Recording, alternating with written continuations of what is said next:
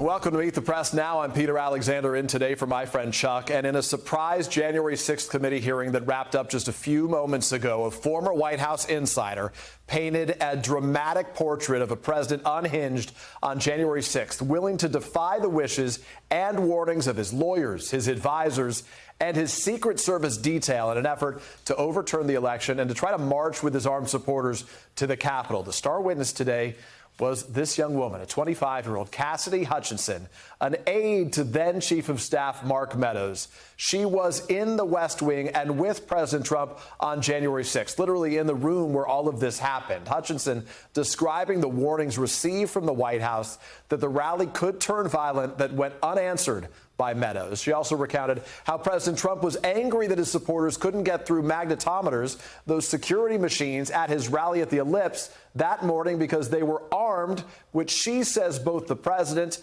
and Mr. Meadows knew. I was in the vicinity of a conversation where I overheard the president say something to the effect of, you know, I don't effing care that they have weapons. They're not here to hurt me. Take the effing mags away. Let my people in. They can march to the Capitol from here. Let the people in. Take the effing mags away. Hutchinson's testimony painted the portrait of a president hell-bent on heading to the Capitol with those supporters, and she described an altercation inside the president's limousine. The president having this moment, this encounter with the Secret Service head when they rejected his demands, recounted to her by the president's deputy chief of staff. So once the president had gotten into the vehicle with Bobby, he thought that they were going up to the Capitol, and when Bobby had relayed to him, we're not, we don't have the assets to do it, it's not secure, we're going back to the West Wing. The president had very strong, a very angry response to that. Tony described him as being irate.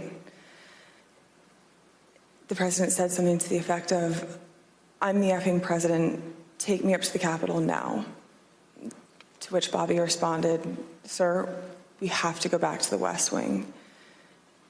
The president reached up towards the front of the vehicle to grab at the steering wheel. Mr. Engel grabbed his arm, said, sir, you need to take your hand off the steering wheel. We're going back to the West Wing. We're not going to the Capitol. Mr. Trump then used his free hand to lunge towards Bobby Engel. And when Mr. Renato had recounted this story to me, he had motioned towards his clavicles.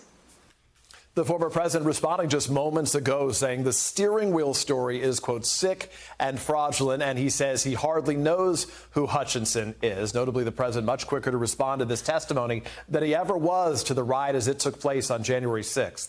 And Hutchinson also testified that as the Capitol was being breached, President Trump did not want to publicly condemn the riot and that she overheard a conversation between Meadows, Trump, and the White House counsel, the top lawyer inside the White House, Pat Cipollone, suggesting that the president believed the threats to hang his own vice president, Mike Pence, were justified.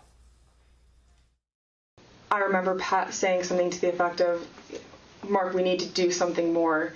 They're literally calling for the vice president to be effing hung.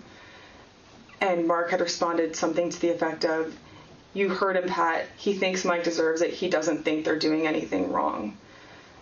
To which Pat said something, this is effing crazy. We need to be doing something more.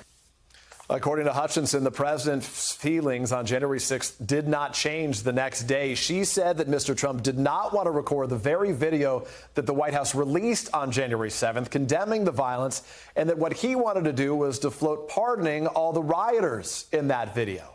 She also said that her former boss, Mark Meadows, requested a pardon related to January 6th. Folks, this hearing gave us the biggest window yet into President Trump's demeanor and his mindset on January 6th, and frankly, in the days leading up to it. The testimony, as the committee laid it out, portrayed a president ambivalent to violence, indifferent to danger faced by lawmakers, and willing to defy those around him to push his false narrative on the 2020 election.